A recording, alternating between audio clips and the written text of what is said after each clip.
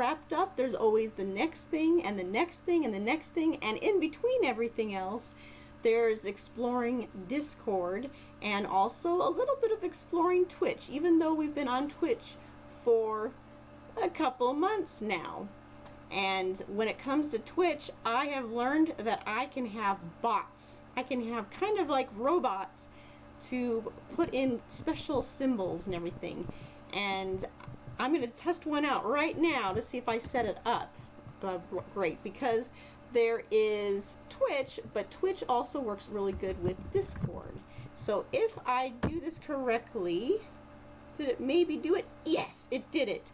So what it just did was I put an exclamation point and I wrote the word Discord.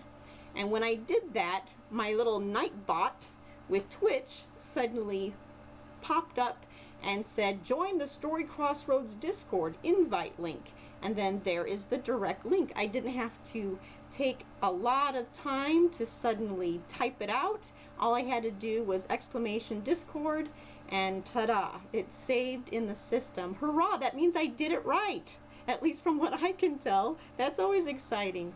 And I learned that there are bots that connect from Discord, but your bot can also connect into Twitch, Discord, Twitch. They kind of go back and forth. So I tried to link those, and I'm not testing out that right now, but pretty exciting. You can actually have several commands for your bots, and even with our Discord, I have 2 bots.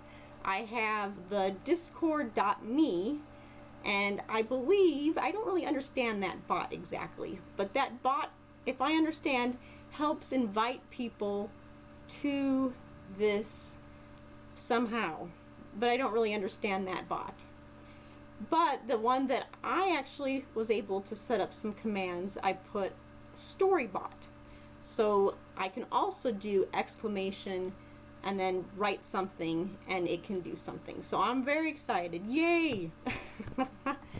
But besides that, making strokes a little bit easier, don't have to type as much, I've been learning about having voice channels within Discord.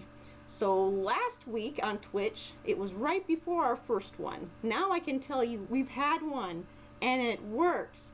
It works a lot like Zoom. So if you are more comfortable with Zoom, then no worries. You can figure this out. With any new technology, there's always the, where do I go and what do I do? But eventually you can figure it out.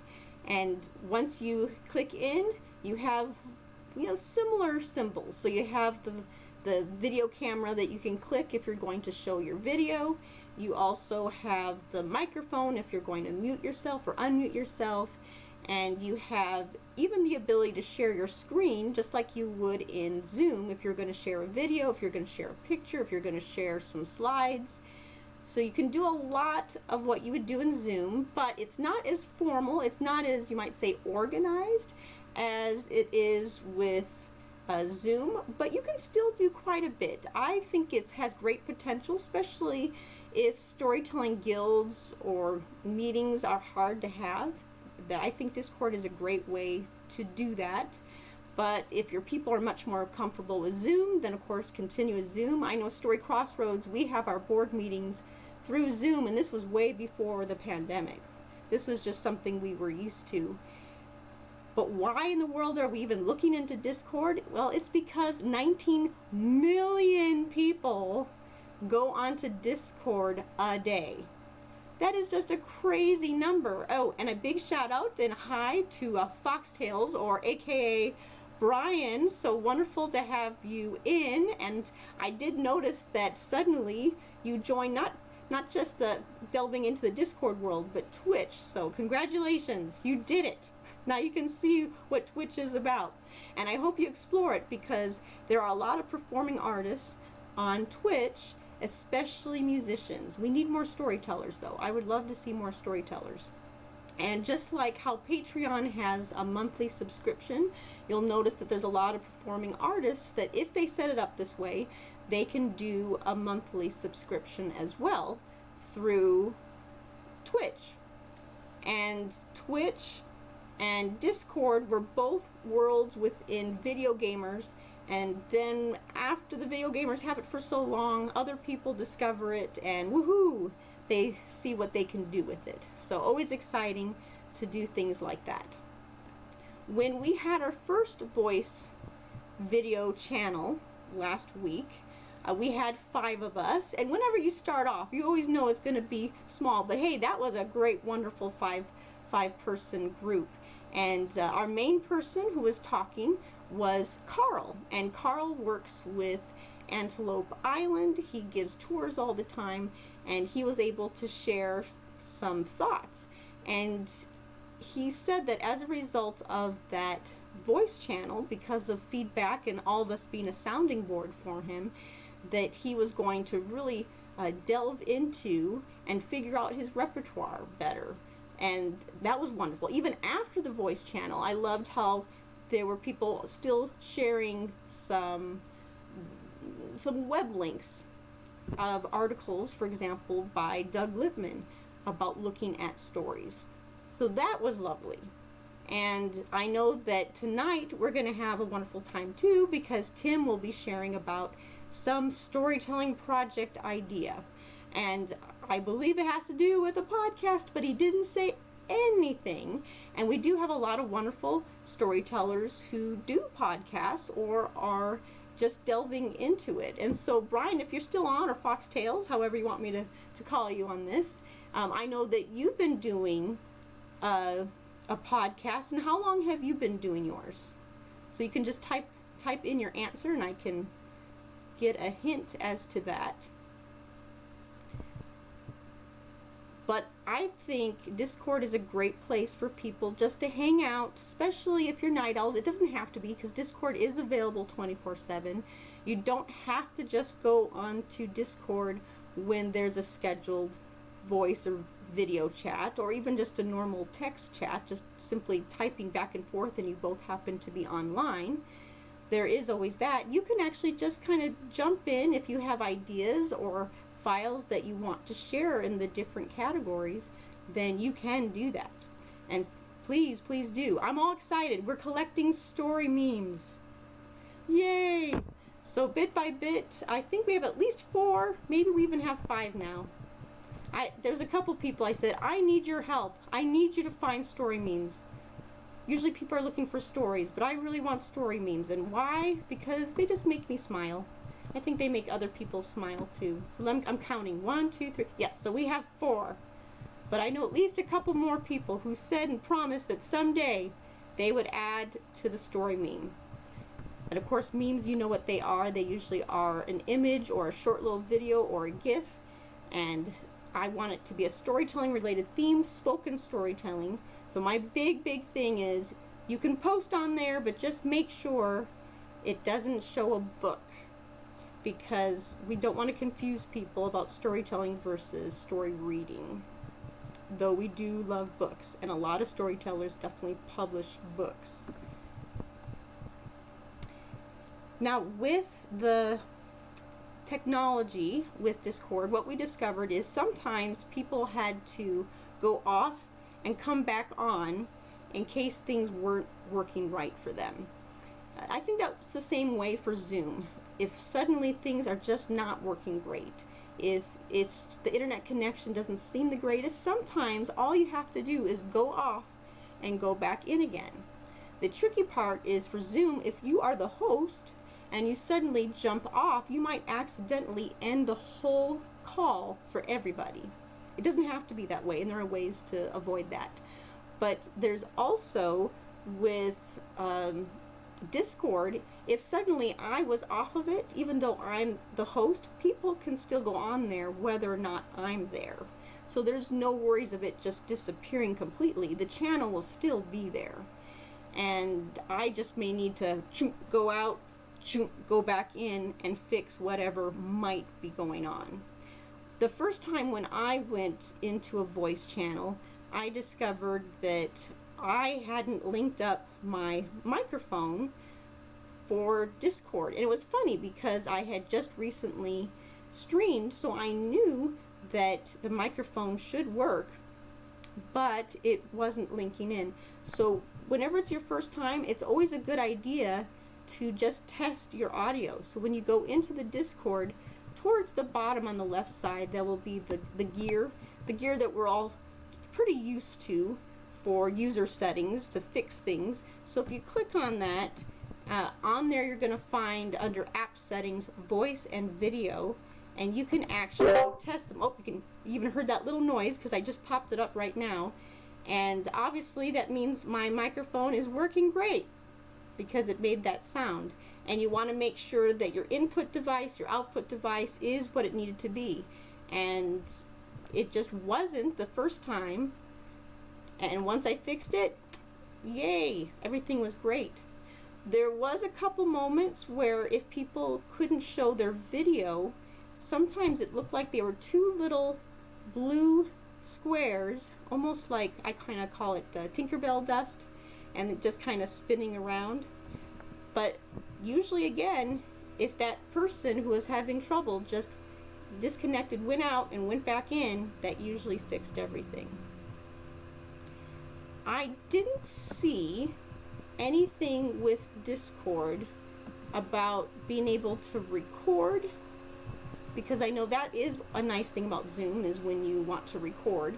But sometimes it's nice when things are not recorded. That it makes the whole setting of Discord more informal and kind of a in the moment feel. So I think that is fine. What I did discover not too long ago was that there might be, and I have to confirm this, there might actually be a limit of how many people can share video on a voice video. So what I last read was 25, but the way it was worded, I almost wonder if, let's say, 50 people were on, but 25 actually showed their video, if that meant the other 25 could still be on. The article seemed to say that if you meet the cap, which is not like it explains it anywhere, that was just something I was curious about. If you meet the cap, anyone who tries to click on that voice video channel will get some kind of error message. We have not gotten to that yet. Though, who knows how many that we will draw tonight. It is late, so you never know. But that was an interesting thing that I learned going, But overall, I thought the very first voice video chat that we had was wonderful. It didn't feel as formal as some of the other Story Crossroads events that we had, which I think is good. I think it's nice to have a mixture of that. It definitely had much more of a brain trust session. And brain trust sessions, I never even heard that word until David Novak at a National Storytelling Conference, and about the idea of working together and solving things together. And at the time, we were trying to solve the mythical storytelling network. And we were brainstorming how we could make the National Storytelling Network even better. So in order to do that, you have to kind of rename it, and thus Mythical Storytelling Network. And what did we want to have happen? I remember that was many years ago, and one of the things that was brought up was advocacy, that we needed to be more vocal in working with national organizations, not just in the arts, but just throughout, because storytelling is important to everyone. So I feel like with these Discords, you have your own brain trust session. It's kind of like an open mic, but you get a full hour. You get a full hour to use it how you would, and people are there for you. And they can listen, and if you have questions for the group, then you can ask them, and we just share no matter where our experience lies. It's just nice to be listened to. Well, I know we'll have a daytime one. I keep debating on if it should be maybe 8 a.m. Mountain Daylight Time on Wednesdays. That would mean 7 a.m. in California. That would mean 9 a.m. out in Illinois. It would mean it would be 10 a.m. for New York. I don't know. That might work. That way, if people are not night owls, maybe that will help for them as well. Who knows? Well, besides Discord, I've also been working on Story Camp and getting things approved, and I'm so excited. We did get approved. So the International Peace Garden in Salt Lake City, which is right near Jordan Park, will allow us to gather up to 20 youth plus the couple adults who are guiding and teaching the youth. And we had to decide which part of that garden would be best for the camp. And actually it was the American one that was right near the gates that had the best kind of offering. There were some trees, there was some shade, there was it's kind of like not really a pavilion, but it's metal. You can hang coverings, but they weren't up at the time. So I think it'll be great. We also said we'd love to have the Norwegian area just in case they just want to move. You know, maybe they start in the beginning in the American section and then they move over to the Norwegian. And in order to prepare, now that we have the approval, tomorrow is a big day because we're going to have the registration live and we're going to really be pushing it. We're kind of close because that means we're roughly about the 1 month countdown. And if you have at least 1 month, it can happen. And I have a young lady who I talked to today. She actually lives way out in Virginia. So even though she's not in Utah, it's still possible to help and volunteer or help out in another place. And she's really familiar with social media. She's familiar with TikTok, and she's going to help us with that. But she also knows some people who work with youth and would be interested in the virtual story camp and not just the limited size proper distance camp that we will be having. And I'm really excited about that. Actually, just the fact that she will help with TikTok, I think will work nicely with a marketing campaign with Story Camp, because who is on TikTok tends to be the younger ones. And if they suddenly find out about a story camp, whether it's live and they happen to be located in Utah, or if they're outside of that area or whatever is best for their situation, then they may suddenly tell their parents going, hey, let's do this. They'll fill out the registration form. Who knows? But we will definitely be doing a lot of email and personal phone calls. Sometimes when you have events that are limited size, such as this being 20, you need to invite at least 100 before you can think to fill the 20. And with anything like this, we want to make sure the minimum that we have will be 10. I think 10's a nice group. And Sherry Davis and Ginger Parkinson were both ones that said, hey, we can have 20 in person, to be spaced out and make it work. I was looking at supplies and equipments we would need for those situations. I'm debating on getting those contactless thermometers. And that way we can have that with the youth as they come, and for the facilitators with Sherry and Ginger, for everybody involved. I know that a lot of daycares use things like this, and it may just be an important thing to have in our inventory. Who knows? The other thing is, do we do face shields? And I was so tempted to look at these face shields and have them be what we get eventually, but there were so many reviews that said that the hats were just a little bit too big, a little bit too loose, and that the plastic itself was kind of wavy and hard to see through.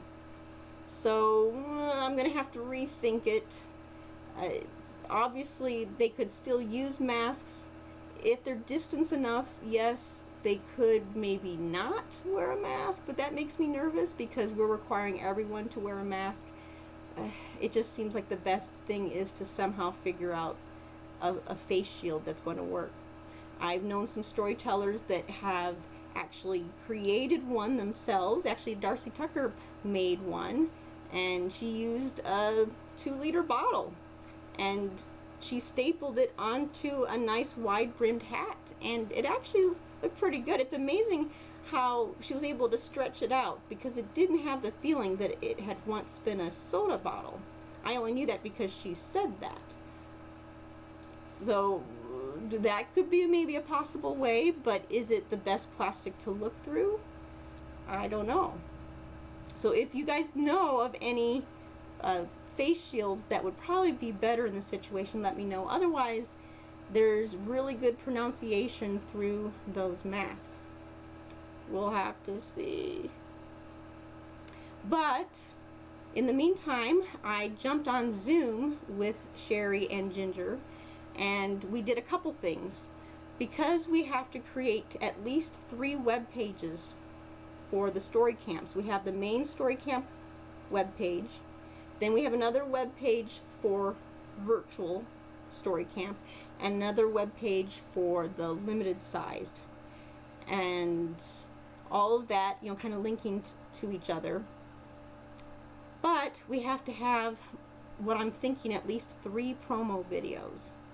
One that talks about both options, that we do have virtual and limited size depending on preferences or where they're coming from. Then we're going to have a promo that is just on the virtual, and we're going to need a promo that is just on the live. And I already warned my kids that they're going to get their masks on tomorrow, and we're going to go back again to the International Peace Garden, and I'll see if I can do some video footage, and that way, instead of just having a still picture for the promos, I can at least edit and try to piece them in. I've really loved Canva.com for creating these things. So I'm going to put this in right now. Canva.com. Thank you, Erin O'Neill, because it has helped me a ton. So with that, we can create our videos, our promo videos, and put them together. Wish me luck on that. I also took some screenshots with Sherry Davis and Ginger Parkinson in Zoom, because we're promoting virtual story camp and it's going to be in Zoom. I wanted an image that had the 2 of them in Zoom. That made sense to me. So we took a couple of them and we found one that we thought worked the best, and then I can finalize the web page on that. So lots of work, lots of things tonight, tomorrow, because it has to go live tomorrow, and then there's going to be Jim and Joanne and several people on our board who will be promoting it, who will be reaching out to people specifically, and then of course Sherry and Ginger will do their part and spread the word. So yay, very exciting. So those are the updates, but I'm looking at the time. I always like at the end to have a story. I always like to end with a story. And this one, I was debating. There's a couple different ones that I had in mind, but I think the one that I want to tell is the one that comes from Wales. There was a young man named Ivan, and he was a young married man, but he was having a hard time taking care of his wife. Things were hard, not just for him, but for everyone, and the only choice that he had left was to take an offer to help this old man with his farm. But the farm was so far away from where he lived that he would have to live without his wife for 2 years. But at the end of those 2 years, he would finally get some wages and be able to take care of the 2 of them together instead of separating out and surviving that way. And those 2 years went on, and he worked hard, and he really respected this old man. But finally, the old man turned to Ivan and said, what is it that you want? You could have your wages and that would just be the end of it, or I could give you 2 bits of wisdom, one for each year that you worked for me. Now Ivan knew that those wages, he needed those, he had agreed to have 3 coins per year. He'd get 6 gold coins, which would mean so much. But he was curious. What could this old man tell him that was maybe more valuable? And so he dared it, and he said, I will take your wisdom. And that made the old man smile. Ah, yes. So the first thing you need to know is don't take the new road. Take the old one. Ivan listened to this, starting to regret that he had made this deal, but he got those words in his head and waited for the second bit of wisdom. You also need to be honest in all your dealings. Ivan had always been taught that by his parents, but of course it didn't hurt to be reminded to be honest again. But before Ivan left to go back to his wife with no gold coins, that old man said, but, before you go, I have a loaf of bread. But you must promise me that with this loaf of bread, you will not break it open in half until you and your wife are most happy. That was a strange thing, but Ivan agreed that he would do this. Ivan headed on the path. And eventually he came upon some merchants. They said, oh, you must come with us. We have heard of this new road. It will be much shorter, especially since it looks like you're heading the same place we are. You should join us. And Ivan was tempted. It's always nice to travel with others, but he remembered what that old man had told him, that to not take the new road, take the old one. So he bid them farewell, and he continued along that old path. Now, it was a good thing that he didn't, because there were some robbers who had made themselves a home along that new road, and had they caught Ivan, they probably would have killed him because he had nothing to give them. Well, then he was almost home when at the end of that old road, he looked down and there was a small little bag, and there was a strange symbol on it. And when he studied it, he realized that it was the symbol of one of the dukes. He picked it up and he headed to his wife, of course, embracing her and giving kisses, but then raising up the bag and said, this is not ours, this was left on the road. And his wife said, oh, open it. So the two of them opened it, and there was so much gold in there, much more than the 6 coins that he should have gotten from the old man if he'd chosen that instead of the advice.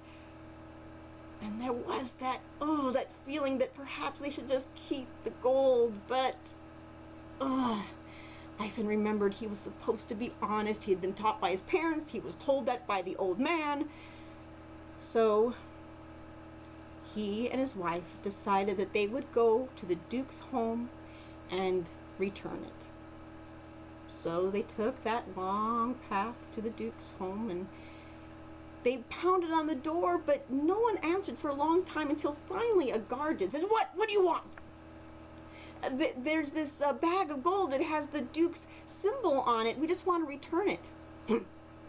I'll get it to him. Goodbye. And slammed the door. At least, Ivan and his wife had done what they promised to do, and they headed back. But it wasn't long before the Duke was riding by their very home, and he was resting due to hunting. And Ivan happened to call out and said, I'm so glad that you got your coins back. And this confused the Duke. Whatever do you mean? And so Ivan explained that they went by and they gave it to this guard. The Duke said, did you now? I never received this. You will come with me and point out this guard. So Ivan and his wife went down the path following the Duke on his horse, and they pointed out the guard. And that's when the Duke went through the guard's room and found that his coin bag was among the guard's belongings. Right then and there, the Duke fired that guard. But there was now an opening, and he turned to Ivan and his wife and said, "Maybe you can be a guard? I can trust you with honesty. That's already so important. And you can live in my castle. Go to your home and pack your things." So Ivan and his wife went back home. They packed their things. They were going to have a wonderful life. And when they settled in their new room, their new place, that's when Ivan looked at his wife and said, there was that one other thing. The old man gave me a loaf of bread, and he told me not to split it open in half until we were most happy. And I feel like, wife, we are most happy. We have been most blessed. So he broke that bread apart, and inside were 6 gold coins, exactly what the old man had promised. So it was that Ivan and his wife lived happily ever after. Well, thank you so much for joining today. Just so you know, normally this multi-streams and is multi-streaming right now to YouTube and to Facebook as well as Twitch. But starting next week, we're actually not multi-streaming anymore. This will only be through Twitch, but we will hopefully at a later time add them possibly through YouTube or Facebook, but it won't be live time. The reason why is because we are not needing multi-streaming until next year. Even though we're doing other events, they're going to be much more exclusive or done in different ways. It doesn't have to be streamed. So we're saving money by not doing streaming and putting it into registration for our story camp and such instead. So please join us then on Twitch, and that way every Monday at from 9 to about 9:30 p.m. Mountain Daylight Time, you can still be in the know of what we're doing and whatever we happen to learn that perhaps will be helpful to you. And I'm putting right now, I'm using my bot because I was learning about the bot. Oh, see, there it is. And it says follow the Story Crossroads Twitch, and there is our channel right there. And if you create a free account, you can even comment, and you can also chat. So until we tell again, and remember, there is Discord. So one more time, I'm going to put out the Discord, and I'm going to use that bot. So I'm just going to type a little bit, use the bot, and poof, there it is. Join the Story Crossroads Discord. There's the invite link so you can join us. Thank you so much, everybody, and until we tell again.